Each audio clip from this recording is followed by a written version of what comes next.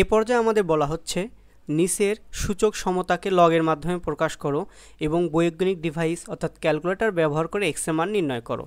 তো আমরা জানি a to the power x সমান যদি n হয়, অর্থাৎ একটা রাশি যদি সূচকীয় আকারে থাকে, এটিকে যদি আমরা লগ আকারে উপস্থাপন করতে চাই সেক্ষেত্রে দেখতে হবে লগ a ভিত্তিক n সমান x, অর্থাৎ সূচকের ভিত্তি এবং লগের ভিত্তি সেম থাকবে, সূচকের ঘাত এবং মান এই দুটো জায়গা বিনিময় করবে, অর্থাৎ x যাবে n এর জায়গায়, n আসবে x এর জায়গায়, যেটা আমরা এই রাশির ক্ষেত্রে দেখছি।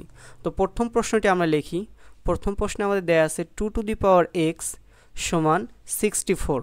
এটিকে যদি আমরা লগ আকারে উপস্থাপন করি আমরা লিখতে পারি লগ 2 ভিত্তিক, অর্থাৎ সূচকের ভিত্তি ছিল 2, লগের ভিত্তি হবে 2, 64 আসবে এই পাশে, অর্থাৎ এই পাশে হবে 64 সমান x। এবার আমরা লিখতে পারি, একটু সাজিয়ে লিখি এটাকে, আমরা লিখতে পারি x সমান লগ 2 ভিত্তিক, আমরা এই 64কে 2 এর ভিত্তি আকারে সাজাই, অর্থাৎ 64কে আমরা লিখতে পারি 2 টু দি পাওয়ার 6 সমান 64। তো আমরা এখানে 64 না লিখে আমরা লিখতে পারি 2 টু দি পাওয়ার 6। এটি দেখতে হচ্ছে আমাদের এরকম, অর্থাৎ লগ a ভিত্তিক m to the power r এই ফরম্যাটে। তো এখান থেকে আমরা লিখতে পারি r লগ a ভিত্তিক m, অর্থাৎ যার লগারিদম বের করব তার উপর যদি কোনো সংখ্যা পাওয়ার আকারে থাকে ওই পাওয়ারকে আমরা সামনে লিখতে পারি। তো এই ক্ষেত্রে যেহেতু 6 আমাদের পাওয়ার হিসেবে আসছে, তো 6কে আমরা সামনে লিখতে পারি, সেক্ষেত্রে আমরা পাবো x সমান 6 লগ 2 ভিত্তিক 2। আবার আমরা এটাও জানি যে লগ a ভিত্তিক a তার মান হচ্ছে 1, যেহেতু আমরা এখানে দেখছি 2 ভিত্তিক 2, তো তার মান কত হবে? তার মান হবে 1, অর্থাৎ আমরা লিখতে পারি x সমান 6 ইন্টু 1, ফলে আমরা x এর মান পাবো 6, অর্থাৎ প্রথম ম্যাথের ক্ষেত্রে আমাদের x এর মান হবে 6।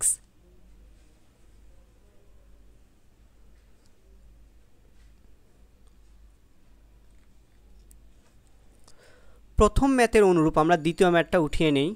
আমাদের দেয়া আছে 1.2 পুরোটার উপর পাওয়ার x সমান 100। এটি আমাদের দেয়া আছে সূচক আকারে। তো এটিকে যদি আমরা লগ আকারে উপস্থাপন করি আগের মতন, যে a to the power x সমান যদি n হয়, এখান থেকে আমরা বলতে পারি লগ a ভিত্তিক n সমান x, অর্থাৎ সূচকের ভিত্তি এবং লগের ভিত্তি সেম হবে।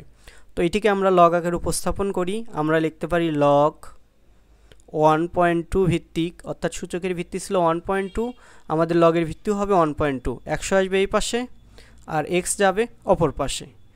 এটি থেকে আমরা লিখতে পারি x সমান লগ 1.2 ভিত্তিক 100। ক্যালকুলেটরের সাহায্যে আমরা এই মানটা বের করি, আমরা লিখতে পারি 25.25। আপনারা অনেকে আমাকে জানিয়েছেন যে আমাদের ক্যালকুলেটরের লগের ভিত্তি হচ্ছে 10, সেক্ষেত্রে আমরা লগ 1.2 ভিত্তিক 100 এর মান আমরা কিভাবে বের করব? অর্থাৎ আমাদের ক্যালকুলেটরের বাটনে লেখা আছে শুধু লগ, এরকম লেখা আছে। তো এটির সাহায্যে যখন আমরা মান নির্ণয় করতে যাচ্ছি, আমি লগ প্রেস করলাম, লগ প্রেস করে যখন আমি 100 তুলতেছি আমাদের ক্যালকুলেটর শো করতেছে এর মান হচ্ছে 2।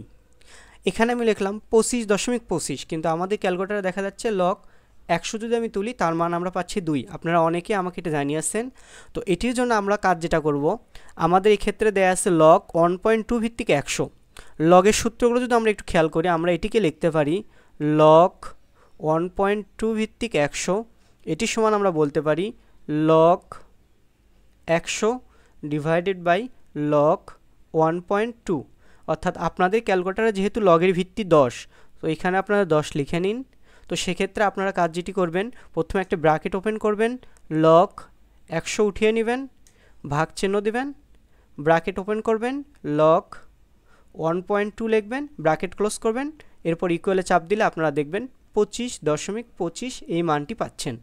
অর্থাৎ ক্যালকুলেটরে যদি আমরা ভিত্তি পরিবর্তন করতে না পারি, সেক্ষেত্রে এই ফরম্যাটে থাকলে আমরা ভিত্তি পরিবর্তনের সূত্র ইউজ করব, অর্থাৎ লগ a ভিত্তিক b, এটিকে আমরা লিখতে পারি লগ 10 ভিত্তিক b ডিভাইডেড বাই লগ 10 ভিত্তিক a। এর মাধ্যমে আমরা এই লগগুলোর মান যে কোনো ক্যালকুলেটর দিয়ে বের করতে পারি।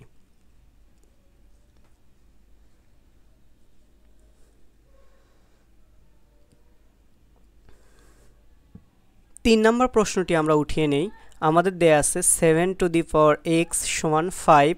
এটিকে লগ আকারে উপস্থাপন করলে আমরা লিখতে পারি লগ 7 ভিত্তিক 5 সমান এক্স, অর্থাৎ সূচকের ভিত্তি ছিল 7, আমাদের লগের ভিত্তিও হবে 7। এক্স আর 5 এই দুটো জায়গা বিনিময় করছে। এক্ষেত্রে আমরা লিখতে পারি এক্স সমান লগ 7 ভিত্তিক 5।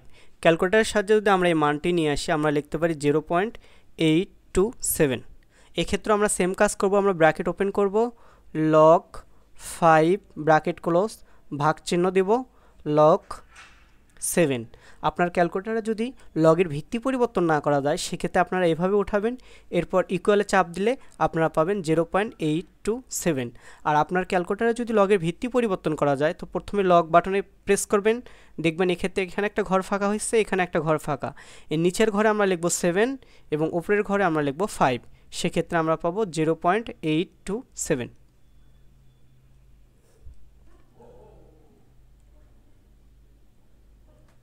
4 নম্বর ম্যাথটি আমরা উঠিয়ে নেই। আমাদের দেয়া আছে 2/3 পুরোটার উপর পাওয়ার এক্স সমান 7। এক্ষেত্রে আমরা এটিকে লগ আকারে উপস্থাপন করি, আমরা লিখতে পারি লগ 2/3 ভিত্তিক 7 সমান এক্স, অর্থাৎ আমরা লিখতে পারি এক্স সমান লগ 2/3 ভিত্তিক 7। ক্যালকুলেটারের সাহায্যে যদি আমরা এর মান নিয়ে আসি, আমরা লিখতে পারি -4.799। সেম কাজ আমরা করব, ক্যালকুলেটারে প্রথমে লগ উঠাবো 7, অর্থাৎ এটিকে ব্র্যাকেটের মধ্যে রাখবো, ভাগ চিহ্ন দেব, আবার ব্র্যাকেট ওপেন করব, লগ লিখব, আবার চাইলে আরেকটা ব্র্যাকেট দিতে পারি 2/3 ব্র্যাকেট ক্লোজ, ইকুয়ালে চাপ দেব, দেখব -4.799 এই মান আমরা পাচ্ছি। অথবা আপনার ক্যালকুলেটারে যদি লগের ভিত্তি পরিবর্তনের সুযোগ থাকে, সেক্ষেত্রে আপনি লিখবেন, লগ বাটনে প্রেস করবেন, এখানে একটা ঘর ফাঁকা হবে, এখানে যে ঘর ফাঁকা হবে সেখানে আমরা ফ্র্যাকশনের অর্থাৎ ভগ্নাংশের যে সিম্বলটি আছে সেটিতে চাপ দেব, সেক্ষেত্রে আমরা এখানে লিখব 2/3 আর এখানে লিখব 7 সমান আমরা পাবো -4.799। এভাবে আমরা ক্যালকুলেটারের সাহায্যে এর মান নির্ণয় করব।